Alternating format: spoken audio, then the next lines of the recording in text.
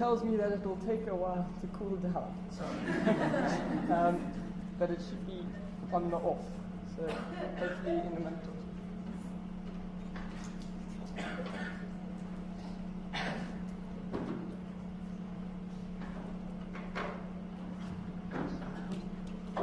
In the wake of the race riots of Los Angeles in 2006, we saw the Congress sign the Social Realities Act, which allowed racial profiling based on statistical trends of which races are most likely to commit and be the victims of crime.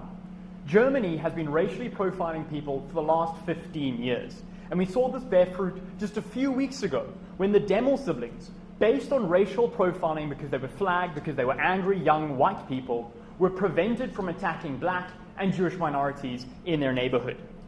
Compare this to the failure of the Norwegian government to take cognizance of the fact that angry white people such as Anders Breivik pose a threat to your society. This House believes that the police should use racial profiling to fight crime. In terms of this debate, we believe it's normative and there has to be a specific framework. And we believe that any government or the police can use positive racial discrimination when it protects individuals and would ensure security for society. That's how proposition are going to measure the success in this debate. In terms of definition, racial profiling is observing statistical realities and using them to predict and project future patterns. No, thank you. How does it work? Essentially, we believe that police, when they're investigating a crime, have a whole host of parameters that they use to determine whether or not you're a victim or a suspect. All we're doing is giving them another parameter. So they'll input, are you poor? Do you have a history of violence? And are you a Latino if you live in South California? That is all we believe that this model dictates. It isn't based on racist or bigoted preconceptions that allow us to stop all bearded Arab people in airports. Why not? Because this is how racial profiling was once done, and it was incredibly unsuccessful, and it delegitimized the efforts of government. So that isn't what racial profiling is. No thank you, Ben. So all we're talking about essentially are incredibly sophisticated and incredibly successful statistical models. This isn't about the mechanism, however. This is about the principle that governments can't fight what they can't see, and we should empower them to float like butterflies and sting like bees when necessary. In terms of my case split, no thank you. I'm going to be speaking to you about the nature of the racial reality of many crimes, political correctness versus security, and the impact of profiling, all with a domestic view and how we empower the police to protect their own citizenry. My second speaker, Brynne, is going to be addressing international crime and why we empower agencies like Interpol. On the nature of racial crime, what I'm proving to you is that much of crime in society is dictated by racial terms. In a moment, Sam. And we believe this is true of three spheres of actors. First of all, the attackers. It's a fact that you're 50% more likely to commit a crime if you're a young black man in America. You're also more likely to attack Stephen Miller in London if you're an angry white youth. We believe we should have allowed the police to stop those three youths. We believe we should have allowed the MPs to force the policemen to stop these youths based on no more than the fact that we believe they're statistically more likely to have been the people that attacked Stephen Miller. Finally, we believe that in a country much like South Africa, most hate crimes that are racially motivated are committed by the RVB. Now, it doesn't stand for angry white Boers, but it may as well, because the vast majority of them are just that. We empower police to stop them. Sam? Would you preemptively imprison someone? No, statistically we wouldn't preemptively imprison someone. We might preemptively investigate someone. We don't think we're undermining due process of the law. That's not at all what happens in the status quo, which is all we're defending. Finally, we need to look at the victims, because we also believe that racial patterns tell us that most victims of certain crimes are also racially parametered. That's why Algerian minorities in Marseille are disproportionately the victim of assault and harassment by angry young white people. We protect both people because we can stop them and we can protect the victims. Finally, we need to look at the fact that many communities which are based on racial lines are either the source of crime or the place where crime happens. We see that that's why much crime in the United Kingdom happens in Pakistani communities. Much crime in Detroit happens in black communities. These are objective realities. They're unfortunate, but they're true. All we're doing in conclusion is acknowledging the reality of racial problems and patterns in crime, and we believe it is prudent for the police to take cognizance of this, and we support the status quo under which they've used. Now let's weigh up political correctness versus security. This is my second point of substantive matter. Well, what is political correctness? Political correctness is saying, well, we find it a little bit uncomfortable to point to the reality that certain racial groups are more likely to be criminals or more likely to be victims. There is no benefit to this attitude. The only benefit is perhaps the person being politically correct can say, well, I'm a liberal, and that's inherently good. Good for you. The fact is, it doesn't weigh up against the actual security which has been achieved by racial profiling. The criticisms of the UDC in Germany and the fact that they use racial profiling fall on deaf ears in Team South Africa. Because the fact that they actively protect people and enshrine security, we feel does far more than the Social Democratic Party's sensibilities. We don't really care. Plus, we need to see that we actually use positive racial discrimination all the time. So now there isn't a principled issue against racial discrimination because we believe that there's economic empowerment for black people in America and we think that's okay. There's a reality that we need to progressively achieve education in ethnic minorities in France, and that's okay. It's only when it suddenly becomes something that we should perhaps be sensitive about, something that is dangerous, something that prevents security. That's when we begin to feel insecure, and we think that's nonsense. Team South Africa does not stand for political correctness. Team South Africa stands for what's doing best for society. No thank you, Ben. So let's actually look at my third point of positive matter, that being the impact of racial profiling. And I'm going to draw three distinct benefits to the impact of racial profiling. And what I'm going to be telling you is that the increased ability of police forces and governments to deal with crime using all available information allows them to be more flexible and behave more appropriately. First, Sam. If you think the police are racist and you're an ethnic minority, are you likely to join the police? No. We don't think that's true. We don't think that's the fault of racial profiling, though. We think the fact that in certain societies where there's perceptions of racism, it's because that's a reality. We don't think that racial profiling creates perceptions that black people in America commit more crime. We believe that's just a true fact. Okay, so let's look at my first conclusion, which is that we protect society. Why? Because we empower police to identify and act on their ability to identify that you, whatever racial group you are, in whatever country where this racial group poses a problem, you can be stopped based on nothing more than what is factually reasonable suspicion. If you carry a gun, we believe it's reasonably suspicious that you might commit a crime. If you're black in certain communities, the same reasonable suspicion can exist. So we empower police to protect people from attackers. But most importantly, we believe we protect minorities. We protect the victims, like I've already identified earlier in my speech. But more than this, we believe that we allow governments to proactively benefit these racial minorities. It's with the benefit and the income of racial profiling that the municipal government of London has increased access to education in Pakistani minority groups, have increased awareness campaigns why the police aren't out to get Pakistani minority groups. That's what racial profiling allows us to do. It allows us to take cognizance of the objective reality within which we live and act appropriately. That isn't a bad thing. It's positive discrimination. It's positive discrimination which benefits individuals and benefits societies. Racial patterns in crime are a fact. All we do is we open the eyes of governments and we allow them to float like butterflies and we allow them to sting like bees. That is what Team South Africa stands for today. Thank you.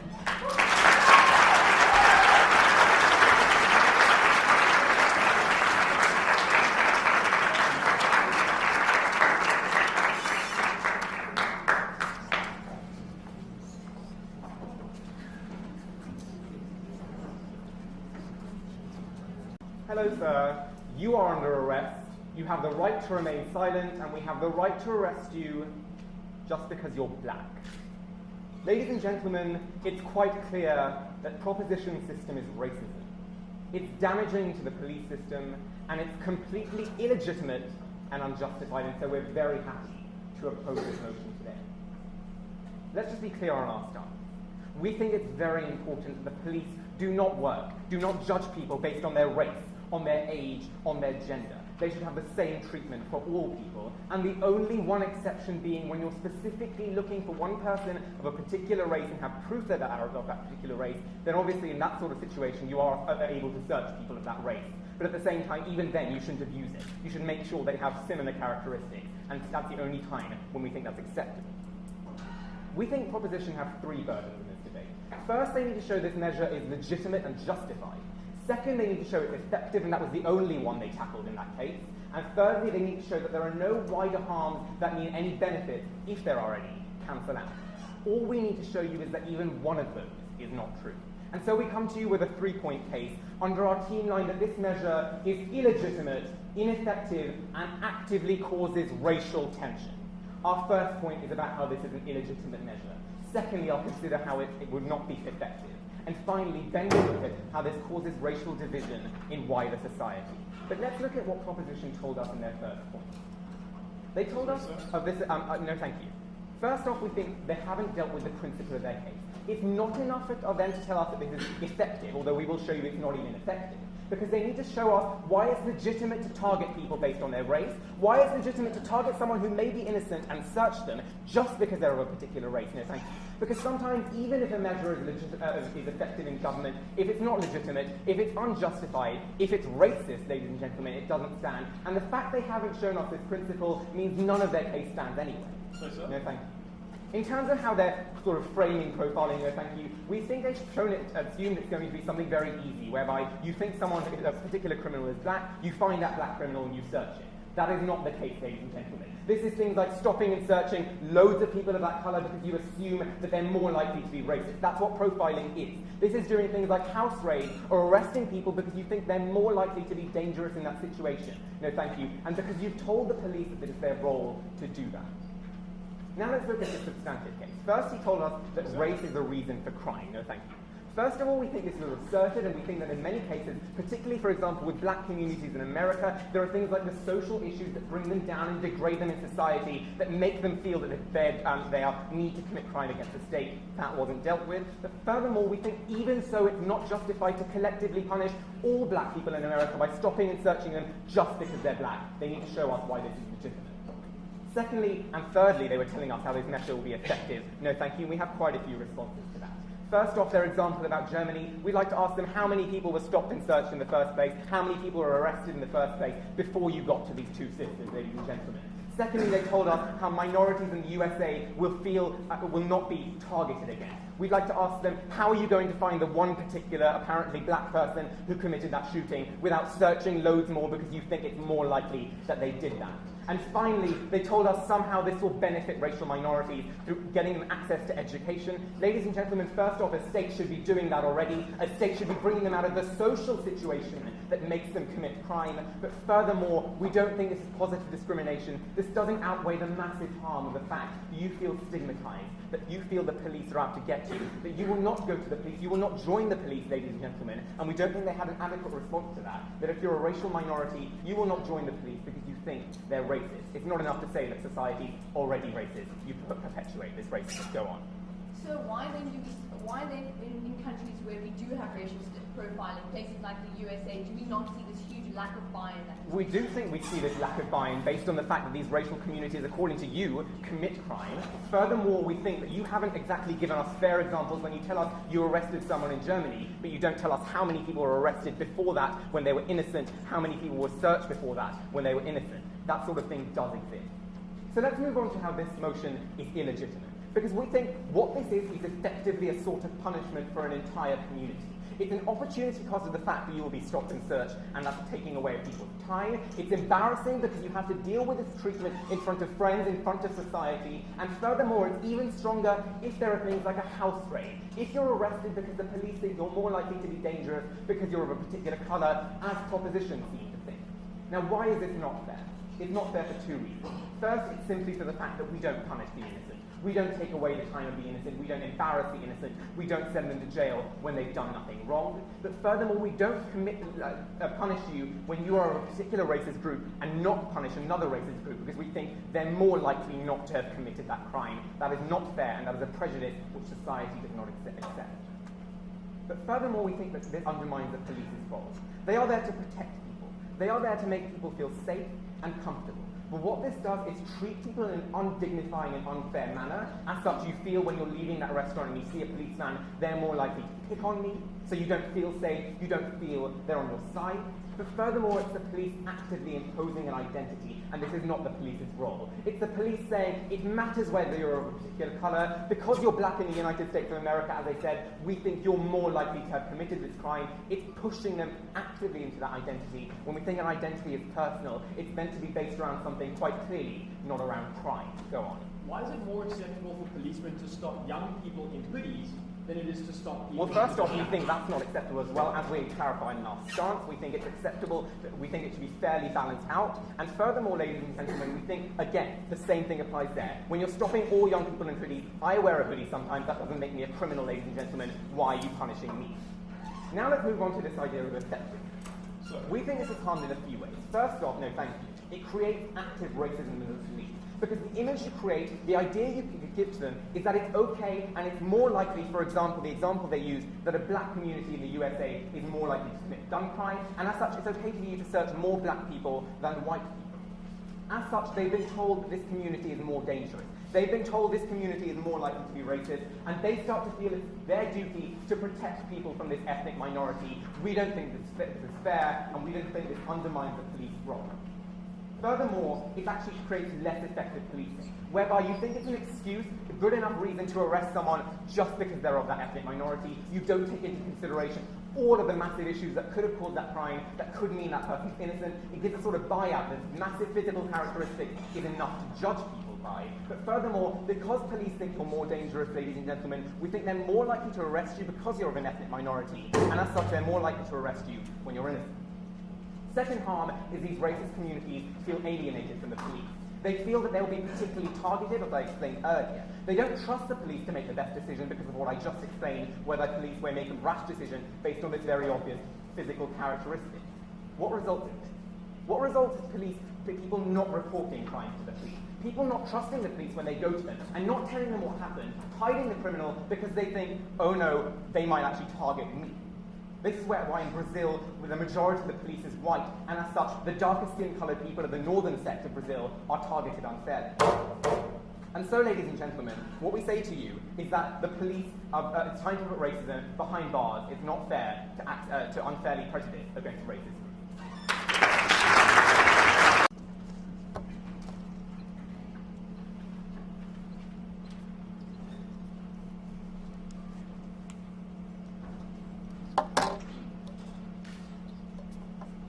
Ladies and gentlemen, England refused to engage on the reality of what's happening in the world. Refused to engage on the fact that countries who do have racial profiling have been able to decrease the number of crimes that are committed, have been able to ensure that they can effectively investigate people who they are suspicious of. We don't think that it's fair for them to blame things like racial stereotyping, to blame things like a lack of buy-in into society, and to blame things like violence against minorities simply on racial profiling. We think that stereotypes exist anyway, and we also think that in order for them to prove that, they need to tell us why there was no buy-in to, or why people were buying into American society before 2006 when they implemented racial profiling, and why they don't do it and why they're not doing it now. We think they haven't shown us this. They haven't actually engaged on what we told you in terms of preventing an actual threat to society.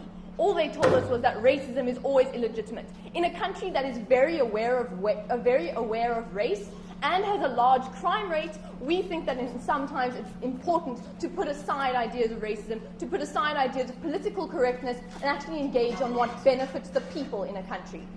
And so, ladies and gentlemen, let's look at a few issues of rebuttal. Firstly, in terms of their point of legitimacy. We'd like to point out that we did deal with legitimacy. We did tell you how it's beneficial to the majority of people to ensure that you effectively combat crime on some level.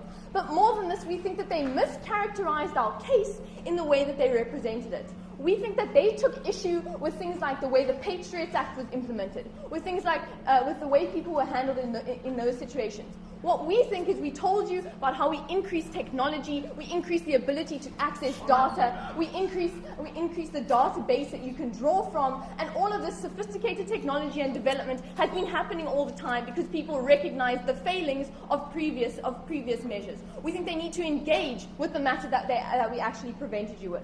More than this, though, when they told us about how searching people is going to lead to a lack of buy-in, we'd ask then, why do people continue to go to airports even though people are randomly searched at airports all the time? Why do people not buy into society even though we allow police to be suspicious of them for other things? We think they needed to show us actual links as to how racial profiling is going to lead to this.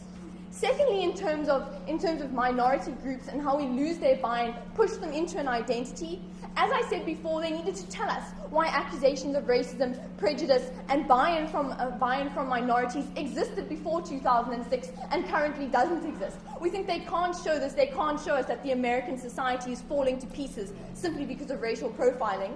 More than this, we say that they needed to engage on the fact that we weren't just speaking about racial profiling in terms of catching criminals. We were also speaking about using it as a protection mechanism for minority groups who are being targeted because of a specific race.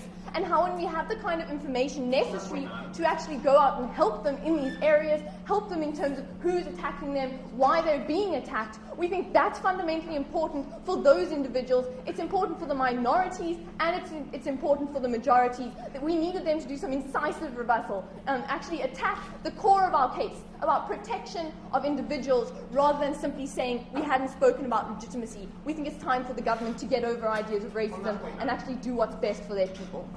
But now, ladies and gentlemen, let's move on to my positive matter.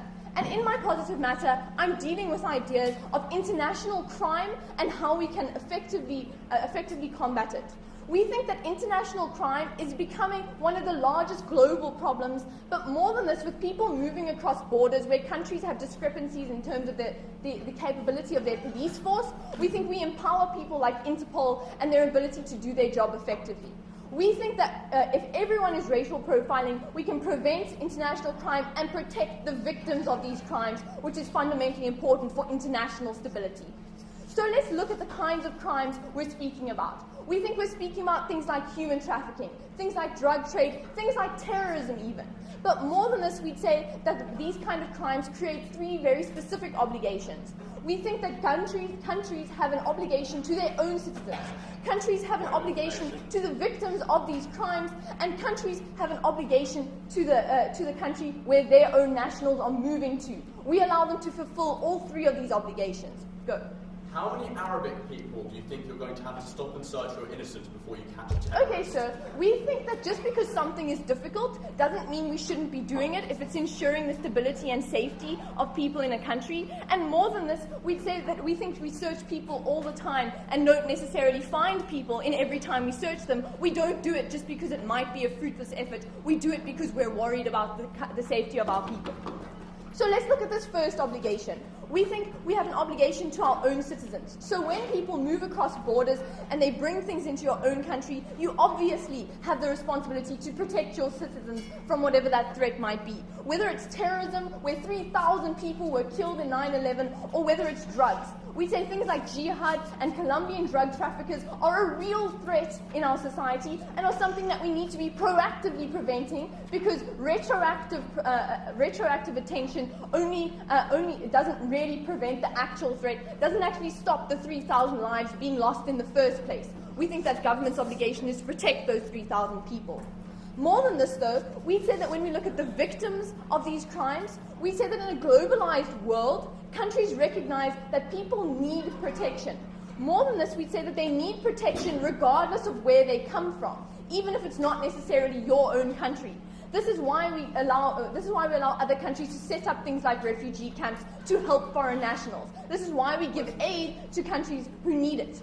But what we think is that racial profiling increases the ability for people to apprehend or at least detect international threats. We say that young Thai girls are more likely to be caught and more likely to be provided with the kind of protection from the drug trafficking that they have to endure if we have this kind of thing. Secondly, we think we can protect people like the drug mules from Colombia by racial profiling, who we don't think this is their fault. We don't think it's their fault that they've become involved in this. More than this, we think it's our obligation to protect them simply because their standard of living is going to be so terrible if we allow them to go through with it.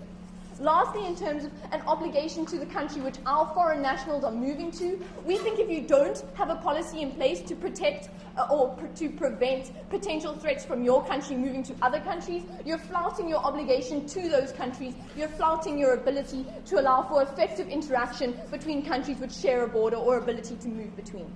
We think we also empower people like Interpol by creating an ability to have better information, even in countries which don't necessarily have a very effective police force. We think Interpol can then use this data in things like airports to track people, in things like, in places where their jurisdiction extends to. We think this is fundamentally important to protect the countries where the police force itself can't necessarily do this.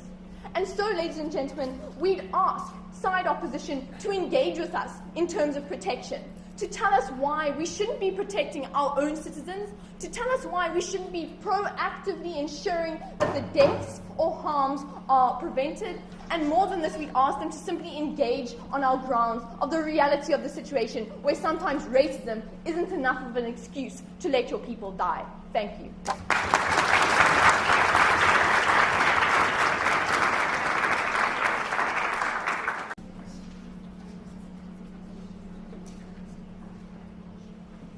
You're a group of young Muslims on the streets of France, and you're stopped and searched while the white gang next to you aren't.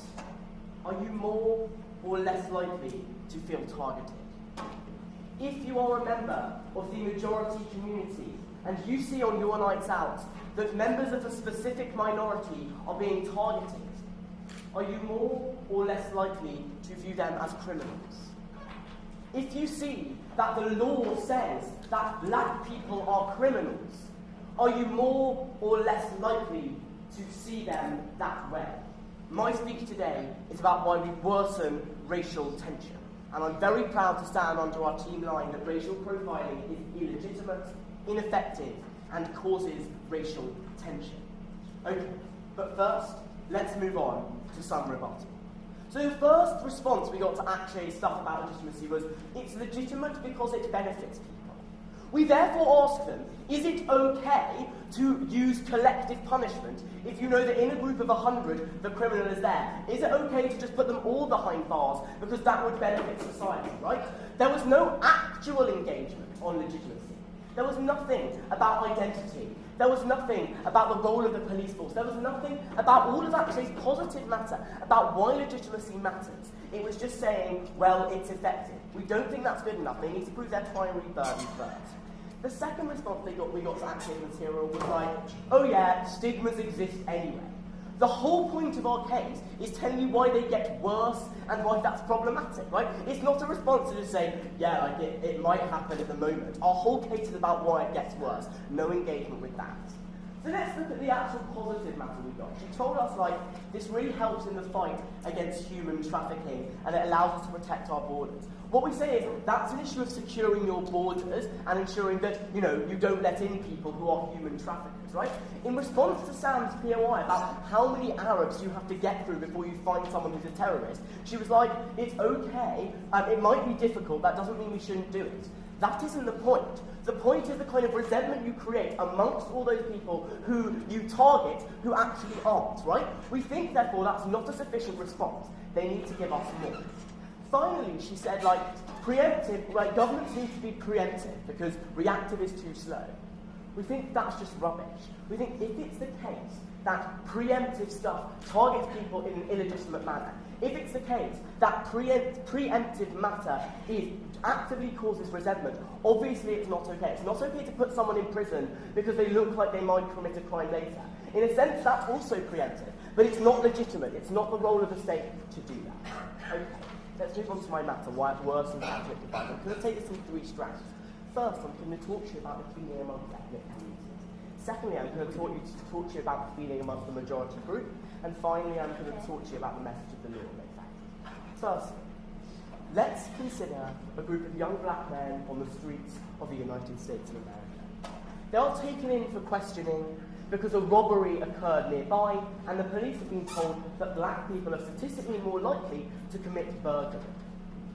How does that make you feel? It makes you feel worthless. It makes you feel devalued. It makes you feel criminalized. Go. Basically, Team England's issue is that if we search innocent people, that's wrong, they feel bad. Without racial profiling, we'd have to search everyone in the neighborhood, not just the innocent black people, seeing more innocents are being searched and more wrong is being done. No. What we say is, the difference is, on Team South Africa, they target a specific group. If they do it fairly amongst everyone, you also target those people. Obviously, the same harms don't apply. What we're talking about is white illegitimates who target a specific racial group. No thanks. So let's look at the effects that this has. We think, firstly, these groups are likely to close in on themselves. What does that mean? Well, why? Because obviously, they can identify other people in that community who are also targeted by the police. That leads to isolation. That leads to segregation. We see this in evidence in Washington, D.C., in Columbia Heights, in the US. We see that there are groups of young black males who feel targeted by the state and targeted by the police force, isolate themselves and segregate themselves. Secondly, we say they are less comfortable entering the public sphere. If, when I go out to the club, I know that I'm going to be stopped and searched in a massively humiliating manner in front of my other friends, we say they feel like they can't go out. They feel like they can't go to certain areas. They can't access certain rights. They can't be an active member of society because of the violation of personhood that comes with this measure. We therefore think that you condemn people to feel massively uncomfortable, massively ashamed, humiliated, and embarrassed. And that's something, that's a major harm. Thirdly, we tell you, this is also true in the private sphere, right? We think we're talking here about things like house rape, things about when you're driving a car and you're stopped. These are things that people feel are very integral and very private to themselves.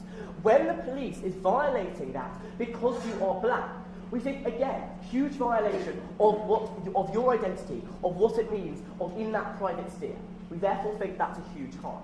And finally here, we think it means that, no thanks, we think it means that you don't join the police, right? Because obviously you feel victimised by the police. But secondly, we think you're likely to be viewed as a traitor amongst the rest of the community who feels victimised by the police. We also think that a diverse police force is crucial in order to actually tackle crime. But it's also just good. We think it's good that obviously that the police is diverse. We think it's important though because they need to be aware of specific issues that affect specific ethnic minorities. They can't do that. We're talking about things here like honour killings, for instance, where you need specific expertise from that ethnic minority. We also think it's important in terms of building bridges amongst your community members. We also think it's important so that community feels like they can also identify with the police. These are all harms that Australia caused as a result of closure. Secondly, I'll take it. Actually, yeah. But you need to realise that race is never going to be the only reason why we're searching one. You need to deal with my. What? Hold on.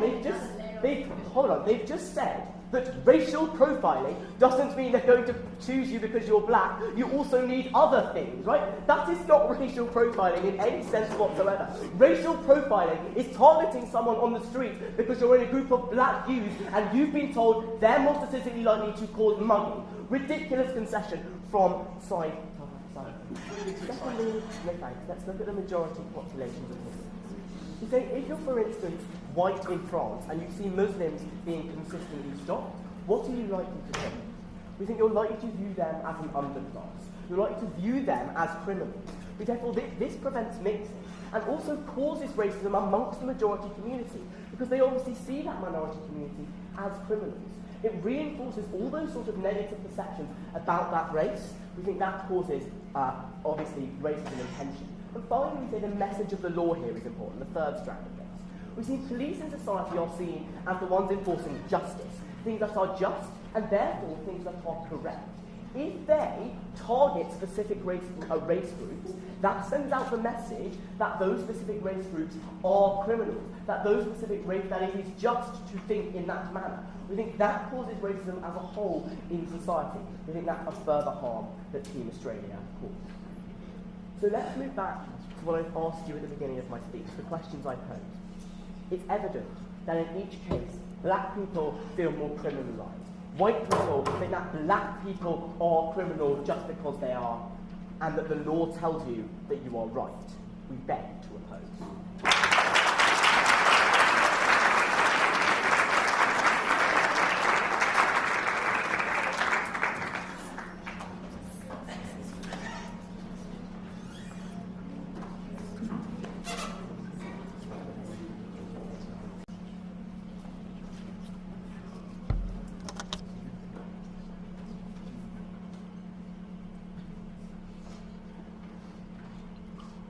Ladies and gentlemen, we thank Team England for their many anecdotes and bedtime stories, but we ask them to wake up, to stop sleeping and to engage with the real world. A world in which it is statistically more probable that a black man might hijack you on the streets of Joburg. A world where Islamic fundamentalism exists and the fight against global jihad is a reality. This is a world we ask Team England to wake up and face. Because at the moment, all they're doing is not allowing our police officers the adequate tools to deal with this world. That is what they're doing in today's debate. We don't think that that is acceptable. We think we need to hear actual reasons to justify that limitation of police ability to deal with crime, both on a domestic level, like my first speaker Michael spoke about, and on an international level, which almost went unrebutted in Ben's speech that my second speaker Brynne spoke about. So essentially what I'm going to be dealing is I'm going to look at, even on their 3 levels that they gave to us, they're going to lose today's debate. I'm answering 3 questions for you. Firstly, do we think our policy is fair? Yes, we do. Secondly, do we think our policy works? Yes, we do. And lastly, what do we think the greater effects in our policy are to society? And this is going to speak directly to a lot of Ben's matter. So, ladies and gentlemen, let's look at this first issue. Do we think our policy is fair? Do we think it is legitimate to do this? And we say, yes, it is. Because as much as this side of the House can try and misconstrue our policy in today's debate, they actually needed to engage with the model that Mike set up in his first speech. When Ben got exceptionally excited about the supposed concession Mike's POI was, that was rubbish, ladies and gentlemen. Because Mike set up in the beginning of today's debate that racial profiling is simply another tool to ensure reasonable suspicion. That's what it is. It's another factor we input into the system, that we're aware of a person's race and the statistical probability that that race then has on their ability or their likelihood to commit a crime. We don't arrest people because they're black. We think it's outrageous for them to suggest that that is all racial profiling is, ladies and gentlemen. We search them, or we search a Muslim or an Arab individual in an airport because we think they're more likely to be carrying a bomb or to pose some sort of legitimate threat. We think that that's fine. We don't throw them into a holding cell and undermine due process. We don't think that that's what we've been proposing at all. We think that the side of the House has misconstrued our policy and is attempting to strawman us. So on that level, ladies and gentlemen, we do think our policy is fair. But more than that, what we would say is we don't think we undermine dignity or the image of these individuals and their cultural groups to the extent that opposition is attempting to paint. Because we don't think that stopping someone to ask them to be patted down, to search them, is an active infringement of them in any way, ladies and gentlemen. We think that if anything, they go, big up police officers, thank you for protecting our cities or our airports even more. But ladies and gentlemen, even if it is targeted at race, we need to accept the reality that exists. The fact that it is statistically more probable that those individuals could potentially be carrying a bomb or pose a threat to society in some way. So we don't think that that's a problem. More than that, why do we think that the system won't be abused, ladies and gentlemen? Well, it's because of people like Team England and because of people in South Africa, for example, that are aware of the need for a measure of political correctness. Because we're happy to be liberals and we're not going to abuse and be actively racist in any way. We don't think our policy is going to be abused. We think it just adds another tool to our societal ability to deal with the problem. So to conclude, do we think it is fair? Yes, we do. We need to hear England's engagement on why we think we actively undermine it or why we actively don't allow for some sort of measure of dignity. No, thank you, sir. Okay, so then, do we think our policy works? And this is on the efficacy level. And we at Proposition think that this is the most important level in a debate in which we have these global problems. So we're going to win this. We think we can effectively win today's debate. Sit down, sir. What we told you at the outset was that we needed some sort of proactive means to address crime. That doesn't exist, or rather it exists in only a few countries at the moment. Countries like Germany, countries like the US, countries like the UK, where we think we already allow for this policy in a measure. We want to allow for that to be perpetuated to the rest of the society because their model seems to be working, certainly working better than South Africa's inability to deal with racial issues because we tiptoe around the fact that people are of a different color. Yes, please, So Ashley. did having a police force that systematically targeted Catholics in Northern Ireland in the 1980s work? Well, so what we would say is that if these Catholics were posing a threat to state security, then yes, it certainly does work. We think that's a good thing. But more than that, we don't think we necessarily target a religious group just for the sake of it. In the case of Northern Ireland, because of a split between the two religious groups, we think we do it when there's a statistical probability of them being more likely to pose a threat. That's important. That's why the Irish example is flawed. So then, ladies and gentlemen, so does our policy work? Yes, because we encourage proactive government action. But more than that, let's look at this whole issue that England had when it came to the buy-in of the police. Because essentially a lot of their case, especially their first speaker's matter, spoke directly to how suddenly no one was going to join the police force or suddenly no one was going to report crime. Now, we think that this is very naive because we would argue that in the majority of instances, even if we were to look at the American police force at the moment where this policy is already implemented, although we see a few minority officers, the point of the matter is that we still see these minority officers or officers of minority groups joining the police force. They don't feel actively harmed because they recognize the reality that exists because of other issues in society, like the fact that there's a larger Hispanic or black population that is poorer and are pushed to crime, for example. But then, ladies and gentlemen, we also have to acknowledge the fact that these groups are going to feel marginalized anyway. They live within a society in which these racial stereotypes exist. We don't think we necessarily perpetuate them, and I'll be dealing with this idea of racial stereotyping a little later, so I'm not going to go into too great depth now. No, sit down, please, Ben. So what we would argue is we're not suddenly going to see people not wanting to report issues to the police force because at the end of the day, they want the police force to protect them. They see some sort of advantage to having society being protected by the police force. If we show you that we have a more effective police force, we think we increase buy-in. We think that the fact that people tiptoe around the issue and don't actively address crime is the problem. So do we think our policy works? Yes, we do. But then lastly, ladies and gentlemen, what do we think our policy is on the rest of society? And this is where the issue of racial stereotyping comes up. And we have essentially 4 responses to this.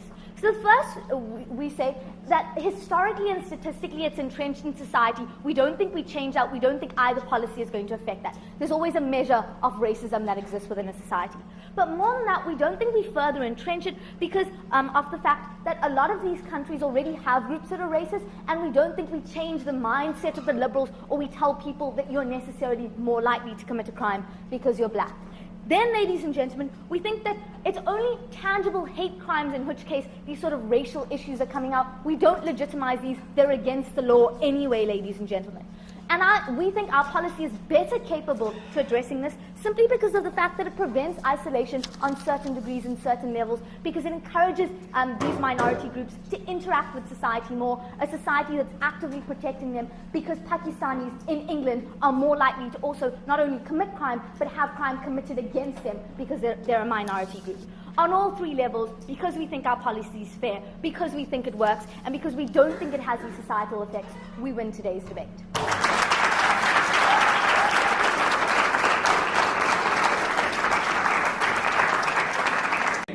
That it's Team South Africa who need to wake up, not Team England. We think they need to wake up to a world where people don't like to be judged by the colour of their skin. They don't like to feel that society picks on them. They don't like to feel that they live in a society that judges them and thinks that they're less likely to respect the fabric of society, the law that governs society, simply because they are from a certain ethnic group. We haven't heard any responses to Akshay's analysis about collective punishment and how this undermines the role of police. We've heard no responses whatsoever to our idea of legitimacy, and consequently South Africa's case has been falling since the beginning of our first speech. I'm proud to stand behind our team line that racial profiling is illegitimate, ineffective, and causes racial tension. I'm going to be looking at 3 things in my speech. Firstly, I'm going to talk about legitimacy. Secondly, I'm going to talk about crime. And lastly, I'm going to talk about ethnic minorities. Before I do any of that, one thing I must clear up. South Africa have been telling us, well, you know, it's just another input into the system, that's just another thing that we determine. What we say to that is all of these inputs manifest themselves in a certain way.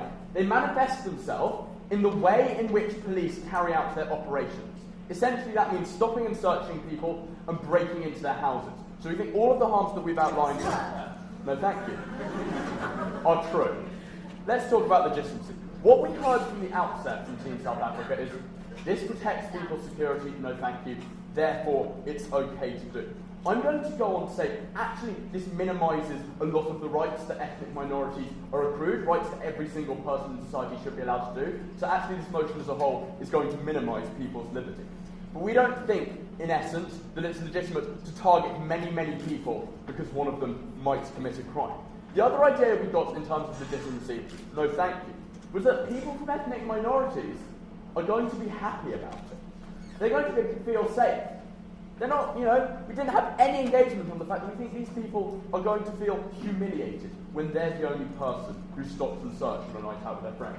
They're going to know it's because they're race, they're not going to be happy with it, guys. That's absolutely non-sensical. Let's talk about what we told you, no thank you. We told you, firstly, this is a group punishment, and that's illegitimate.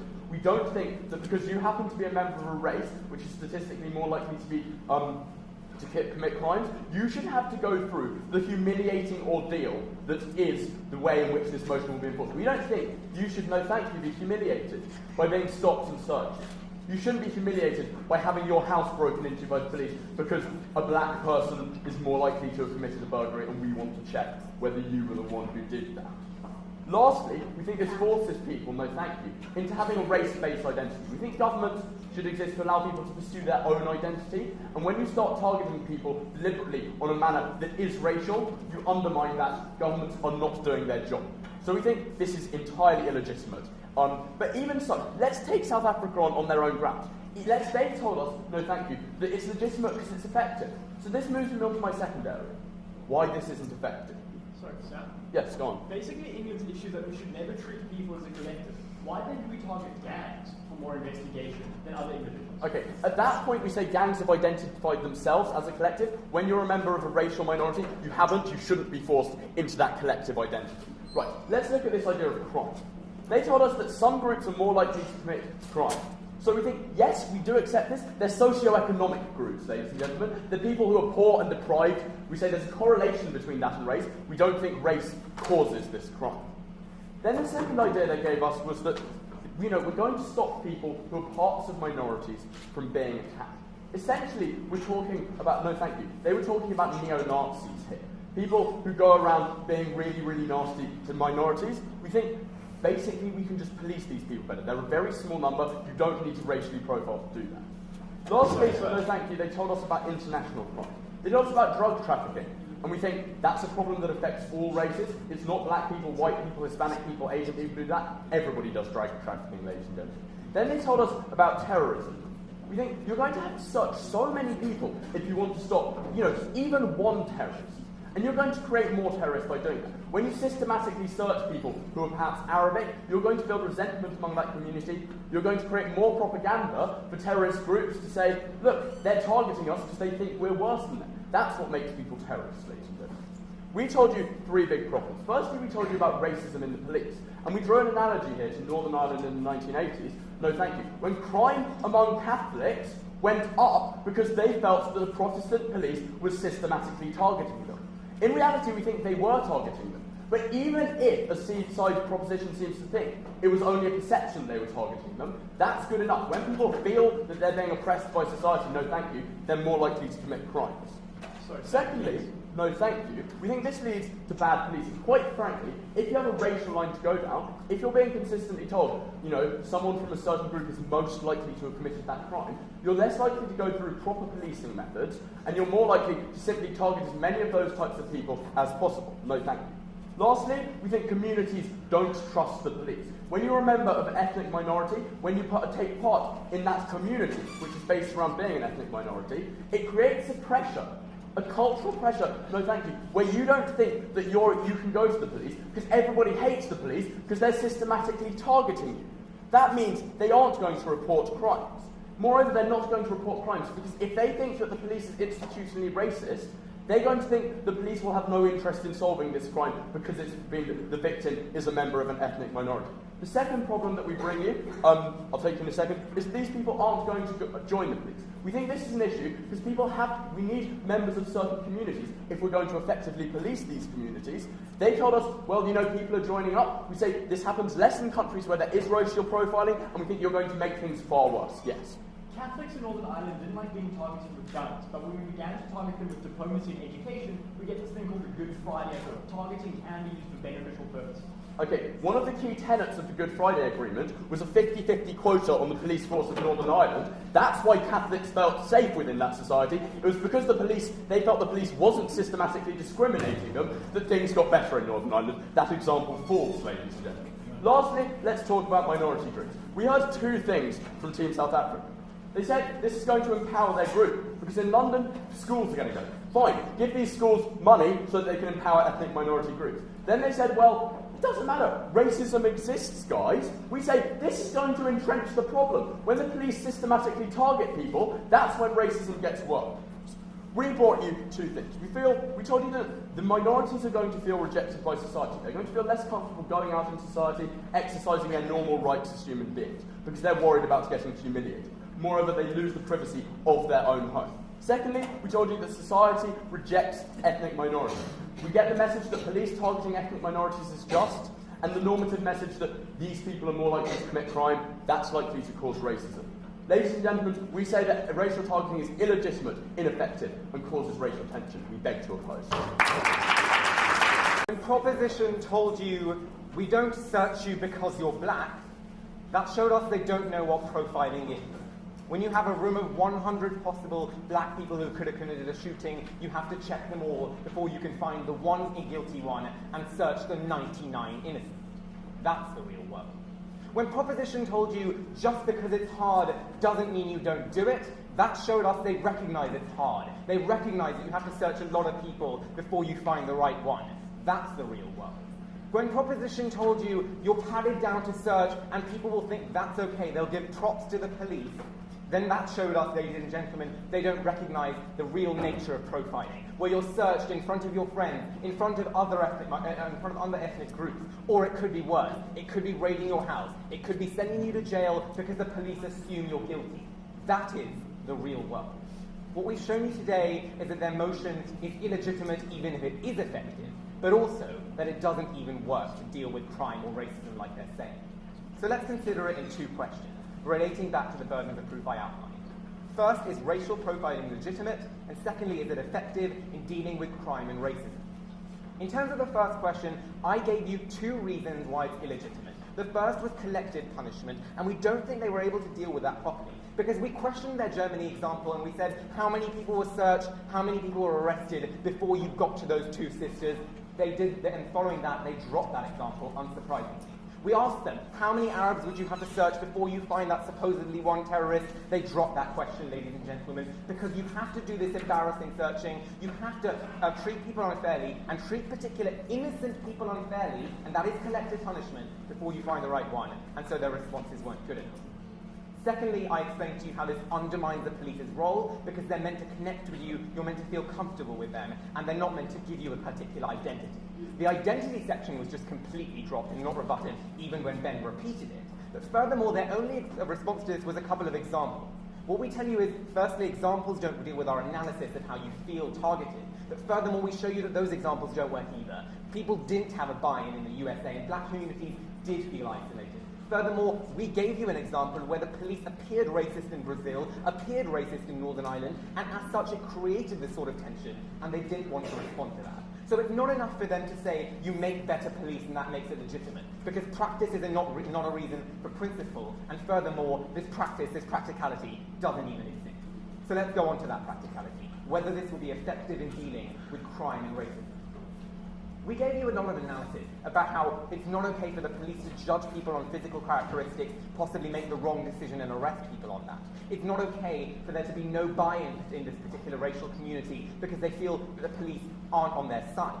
We gave you the example of Irish Catholics. all they told us was, firstly, that particular minorities are more likely to commit crimes. That doesn't deal with the idea of collective punishment and the fact that most people in those minorities didn't commit that crime. And furthermore, we responded to that in my first speech, and then it was dropped, about how this is a matter of social status in the United States of America, and you actively push people to hate the state, to feel the state doesn't like them even more. You alienate minorities. They also told us it's okay because people will be okay with this because they want to feel safe. But that's exactly the issue. They do not any longer feel safe with the police. They don't trust the police, and that analysis was not dealt with. When you don't trust the police, you will not go to them, and as such, you don't even think they're going to make you feel safe. Finally, they gave us examples of how you help these particular groups, how you deal with trafficking, how you give them education. We dealt with this by saying, firstly, you should give them education anyway, so unsurprisingly that was dropped. And furthermore, we told you things like trafficking, like terrorism, firstly, involve collective punishment again, and as well as that trafficking is a matter of border control. That was also dropped. Ladies and gentlemen, this sort of measure is illegitimate, ineffective, and causes racial tension.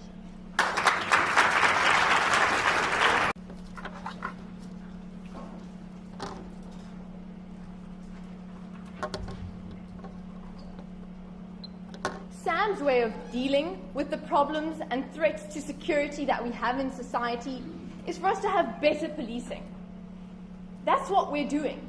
What he'd have us do is have the police force go up to black youths, because they're statistically more likely to have committed crimes, and say to them, I'm going to search you because you're poor. I'm going to search you because you look a bit shifty, but I promise, I'm not searching you because you're black. We think that on side proposition, all we want to do is implement a new filter, a new layer to the filter and reasonable doubt that we have when we search people in terms of race. We think that that's all racial profiling is ensuring we find people who actually pose a legitimate threat. It's why we have a list of things that you fulfill when you're going to search something. We're not going to randomly go into people's houses. We're not going to randomly stop people in the streets unless there's a legitimate reason for us to suspect them more in terms of the list that we already have. We're not going to circumvent due process and the laws we have already. More than this, though, what Proposition told you today was that we can discriminate on some level if we benefit individuals and if we benefit society. And we think we do both of these through our policy, and we didn't see the kind of engagement needed from England. So let's look at individuals, and we have to ask ourselves three things. Is this fair? What does catching people actually mean? And then how do we protect the individuals themselves? So let's look at fairness. And I thank Akshay's reply for bringing this debate to one thing, collective punishment, when effectively they've undermined their own case with their own policy. Because essentially what they'd have to do in order to catch someone is to randomly search everyone in an area, randomly search all people there. That too is collective punishment. That too is something that they've been arguing against. We say this is far more fair if we have some kind of reasonable suspicion. More than this, what does catching people actually mean? We think we protect people. We think they needed to engage with us about stereotypes, how stereotypes exist anyway, and how they existed before we had racial profiling. More than this, when they told us about making the stereotypes worse, leading to segregation and isolation, firstly we'd ask, we think it's going to happen with their policy anyway, because the society is still going to be racist against the groups who are perceived to be committing these crimes.